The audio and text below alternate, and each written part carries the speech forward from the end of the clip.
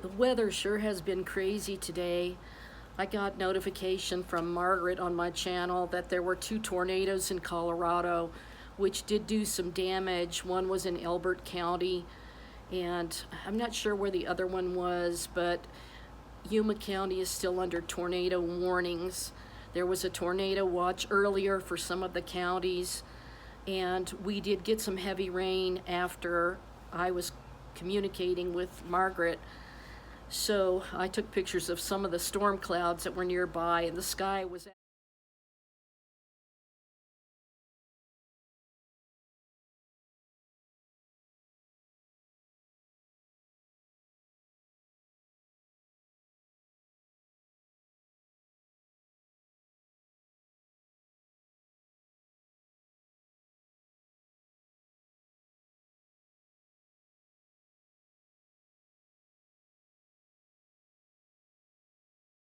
the sky was absolutely dark and black over in the area where she had told me the tornado was, which was about 30 miles from here. So far, we didn't have any hail or anything like that, but they are, saying there's the potential for more tornadoes and more hail. So I'm just keeping my eyes on the skies and making sure that I'm safe. I don't expect anything to happen here, but we need to pray for those in Kentucky and St. Louis that were in these terrible tornadoes and things were destroyed severely. So our hearts go out to them. I really wanted to put some of the pieces of the puzzle together for you of what's happening, what I see happening, and how all of these bits and pieces are coming together into one final end time scenario. And this is concerning King Charles. Now, I talked about this in another video about this Drumlanrig Accords, but I want to go into more detail about this and what I believe has been happening behind the scenes, because they were in these secret meetings for over a year. So it starts with this, that King Charles has engaged in talks with Chief Rabbi Ephraim Mervis of the UK, particularly after the Hamas attack in Israel.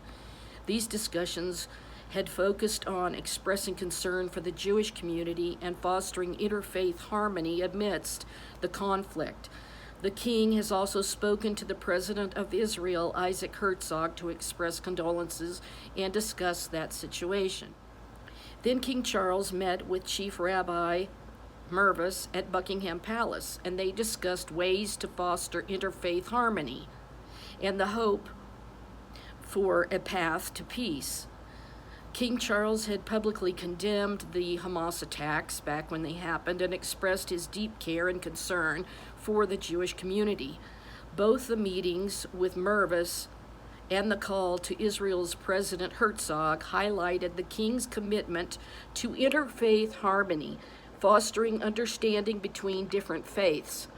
The king's actions demonstrate his role as defender of faith, a title he has spoken about in the context of a more multicultural Britain, and he has also expressed a desire to be a blessing to all faiths and convictions.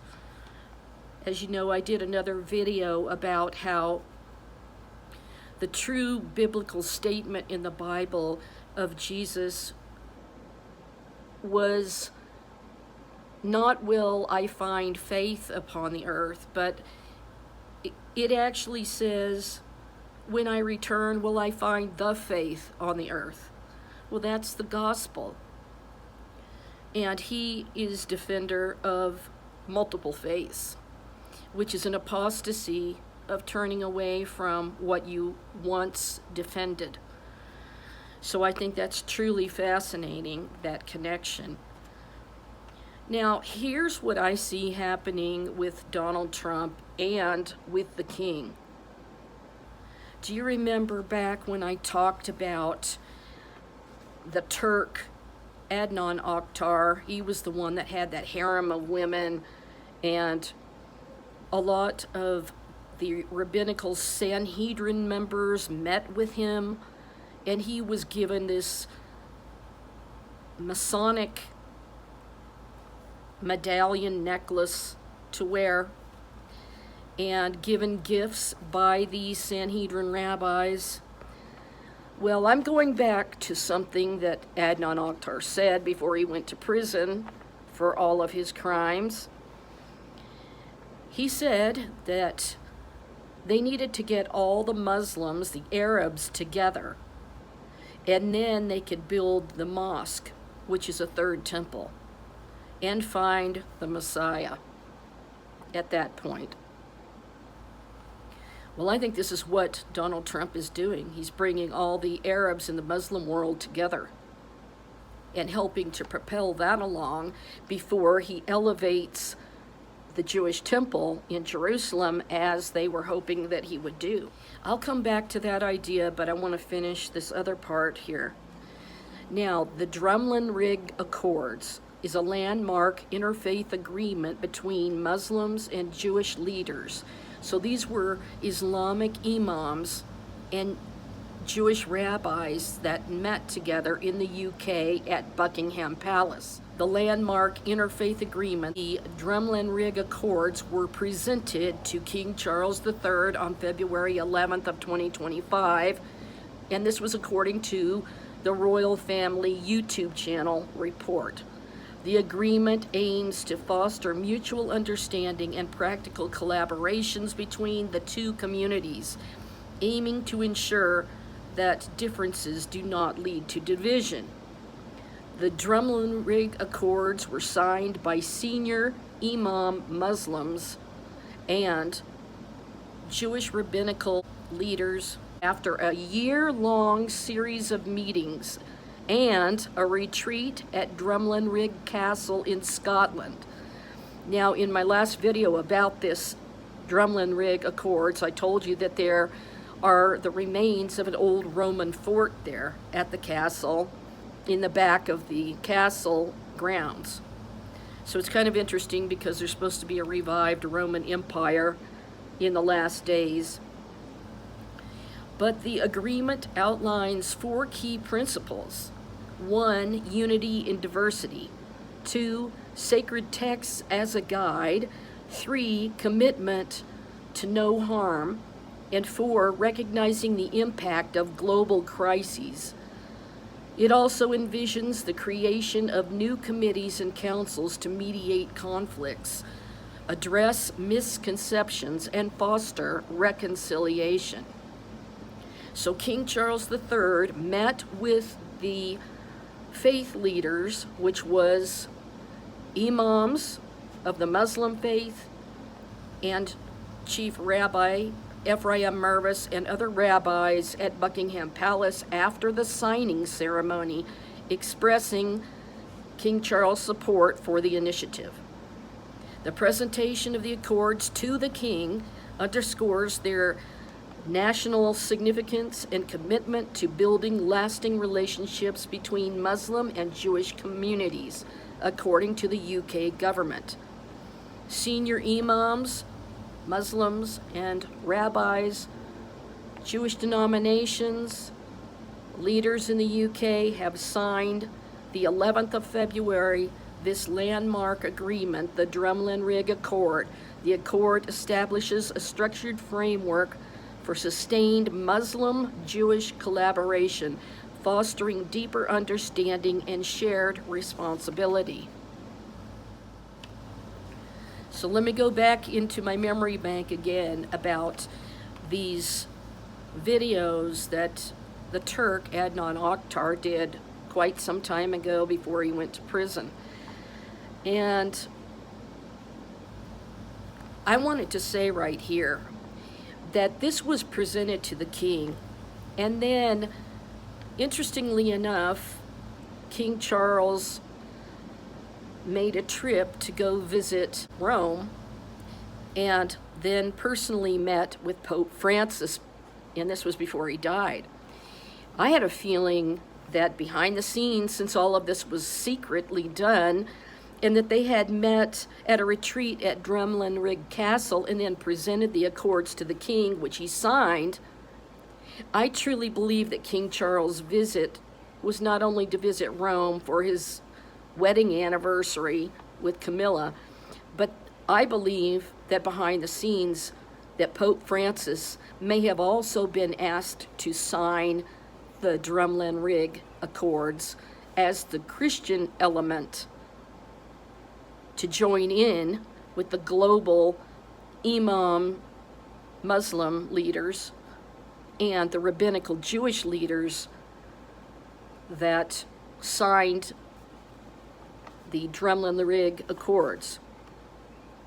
Now, when Adnan Akhtar said that they would bring all of the Muslim and Arab nations together and choose a Messiah, he said at that time that the Third Temple, now get this, as the Sanhedrin members, one of which was Rabbi Hollander, they nodded in agreement with the Turk Adnan Akhtar that the Third Temple would be a mosque.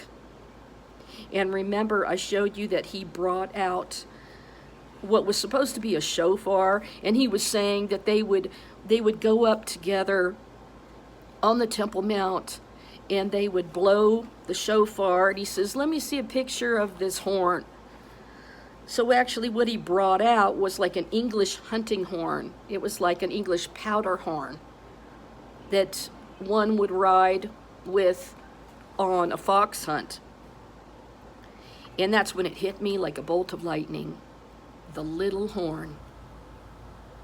The English hunting horn is a little horn.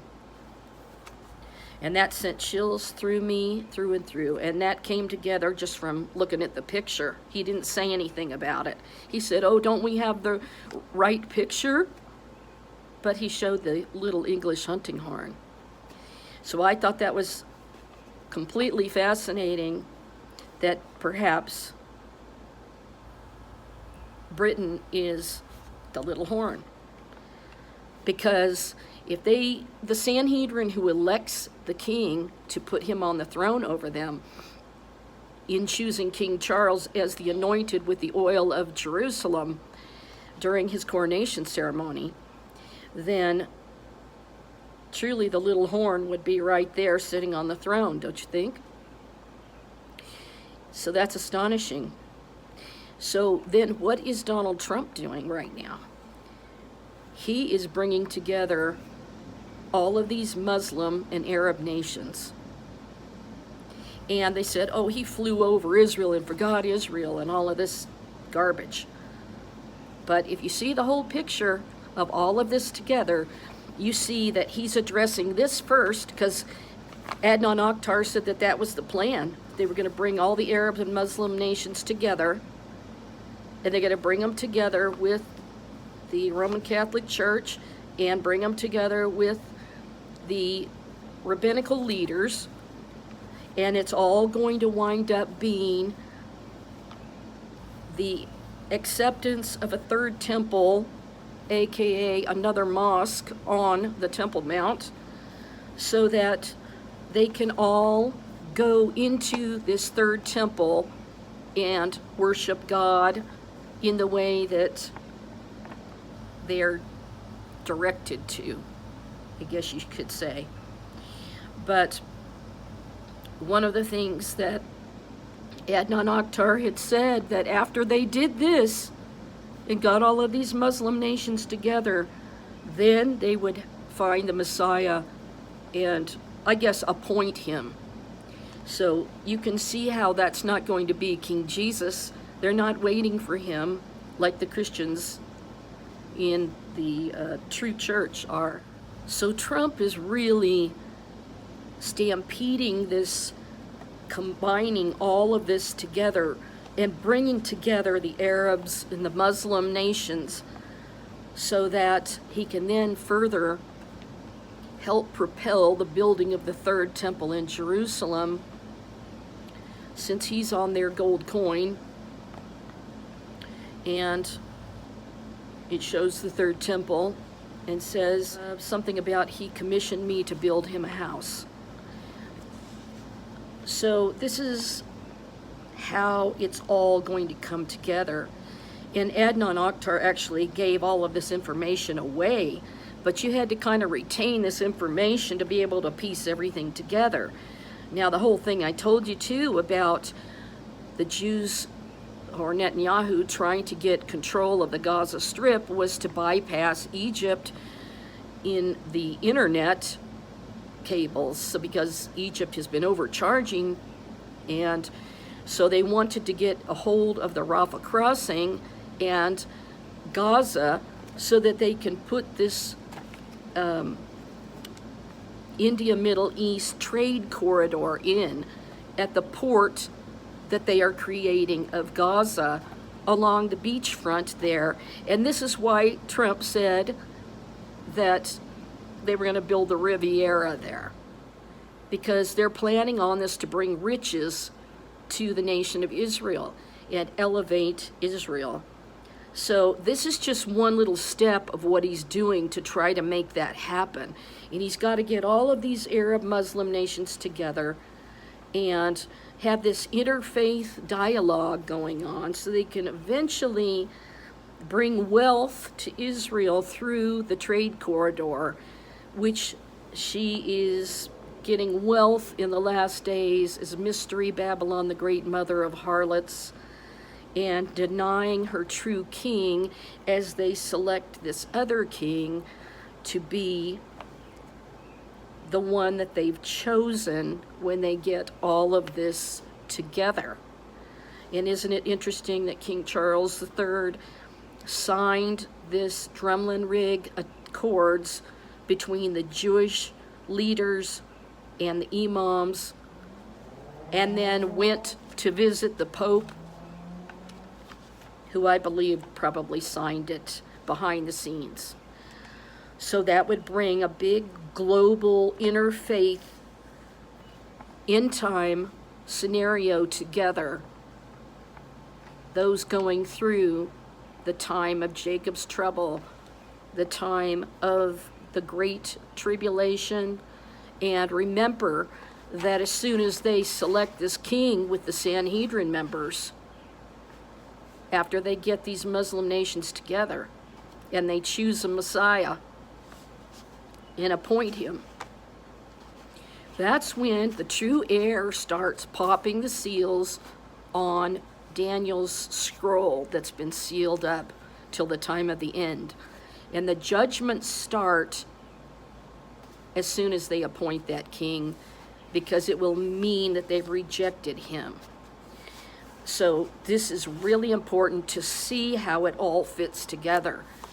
And these are my recollections, and these pieces of the information help to piece it all together so you can see that Donald Trump's not bypassing Israel.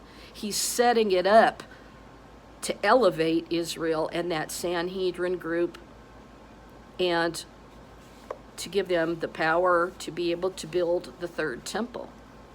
So he's making friends with all these Muslim imams and the Arabs and MBS, and it's all setting up for this end time scenario in dramatic ways. And people cannot figure out the whole picture.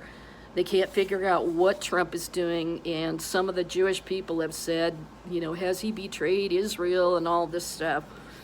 But this is just a precursor to him then elevating them to be able to build the third temple and put the king of the monarchy, who thinks he's descended from King David or Queen Victoria, I believed that.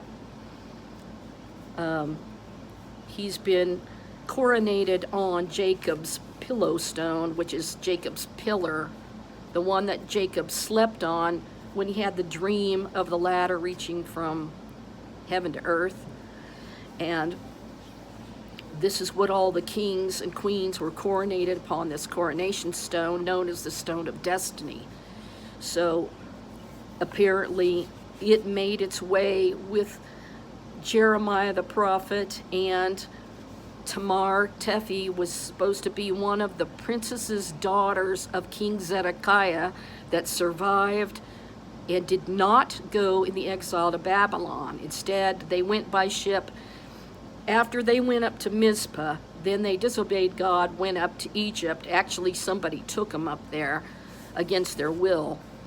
But they were supposedly fled from Egypt and then took a ship across the Mediterranean Sea, where they wound up getting blown off course and wound up on the coast of, I think they went through the Straits of Gibraltar right there at Spain, and one of the sisters, the princesses, departed and stayed in Spain, and the other, her name was Scata, and the other sister, the Princess of Judah, wound up in Ireland, and then married one of the high kings of Ireland that was said to have been descended from one of the 10 tribes of Israel that came across during the time period of the Exodus of Egypt, although they did not come out of the Exodus.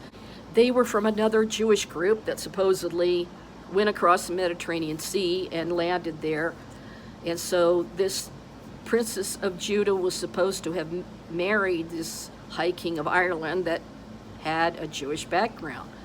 So if that story is true, it's truly fascinating how things wind up in the end. So don't be deceived if the Sanhedrin puts a king on the throne, because the Bible says that the whole world will marvel after the king. It says a beast, and a beast is a king. Don't marvel after the king when Israel reestablishes the monarchy, because our king is coming, and that's why he's coming for us in a rapture event and saves us from the wrath to come, because we have not rejected him as king. We've accepted his blood covenant with many, but they won't, and they will have another blood covenant with many, which is the red heifer ceremony, which is a ceremony that represents death. So that's the end of this video. I wanted to piece it all together so you could clearly see how it all fits. And it's a prophetic picture that's really complex and detailed. And, you know, God is obviously directing these people to do these things because he's coming. And this is setting up for the end time scenario.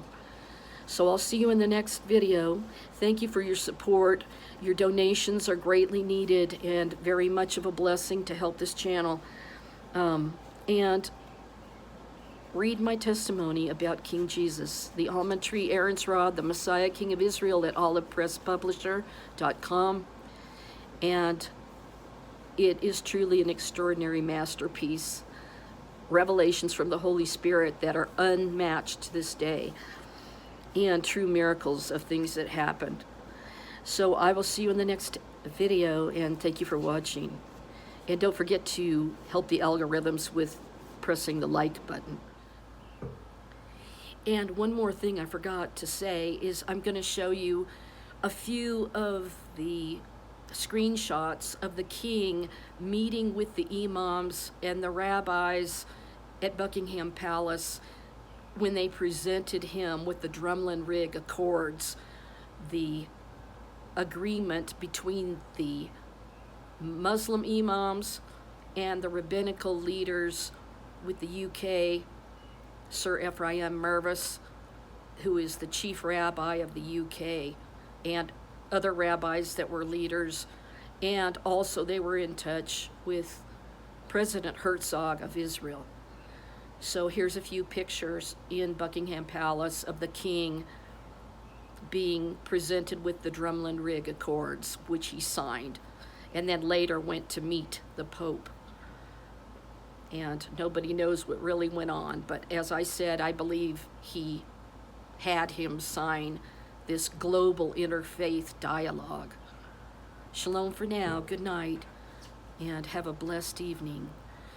And I'm watching the skies for these tornado warnings and stuff they're not really in my area here, but we've had storms. And just east of here, there was a tornado that did some damage to some property or flattened a garage. And some other property was damaged. So I'll see you in the next video. Good night.